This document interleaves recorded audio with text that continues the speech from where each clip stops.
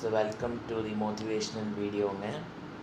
So இன்றைக்கி நம்ம என்ன பற்றி பார்க்க போகிறோம் அப்படின்னா, ஒரு ஊரில் ஒரு பைத்தியம் பிடிச்ச ஒரு பர்சன் இருந்தாங்களாமா.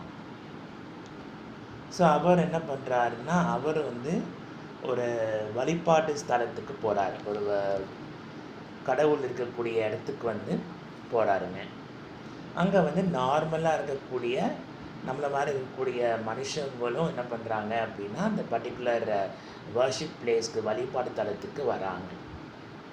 நார்மலாக என்ன பண்ணுவாங்க அப்படின்னா, அவங்களாம் என்ன பண்ணுறாங்கன்னா, தீபத்தை ஏற்றி என்ன பண்ணுறாங்க அப்படின்னா வழிபாடு செய்கிறாங்க, கடவுளை வழிபாடு பண்ணுறாங்க.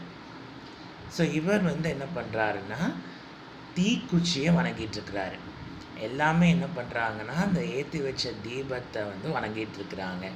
இவர் என்ன பண்ணுறாரு, இந்த பித்தன் என்று சொல்லக்கூடிய அந்த மேட் பர்சன் இருக்காருங்கள, அவர் என்ன பண்ணுறாருன்னா, தீக்குச்சியை அதாவது இந்த ஏற்றி வச்சாங்க இல்லையா, அந்த தீக்குச்சி அதை ஏற்ற உதவுச்சு இல்லையா, அந்த தீக்குச்சியை என்ன பண்ணுறாருன்னா, அதை வணங்கிட்டுருக்கிறாரு.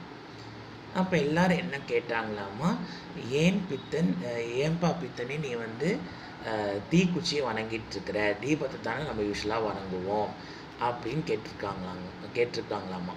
அப்போ அவர் என்ன பதில் சொன்னார் அப்படின்னா, எது நம்மளுக்கு ஹெல்ப் பண்ணுச்சு, இப்போ தீக்குச்சி தானே அந்த தீபத்தை சுடர் விட்டு எரியறதுக்கு ஹெல்ப் பண்ணுச்சு.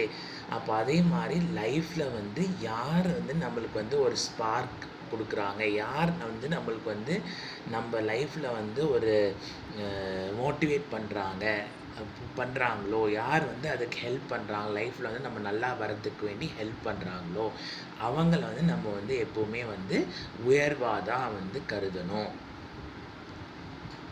எந்த பர்சன் நம்மளுக்கு மோட்டிவேட் பண்ணி நம்ம நல்ல பாதைக்கு நம்ம லைஃப்பில் ஒரு டேர்னிங் பாயிண்ட்டை நம்மளுக்கு அமைச்சு கொடுக்குறாங்களோ, அவங்கள எப்போவுமே நன்றி உணர்ச்சியோடு நம்ம நினச்சி பார்க்கணும் அப்படின்னு ஆறாமா.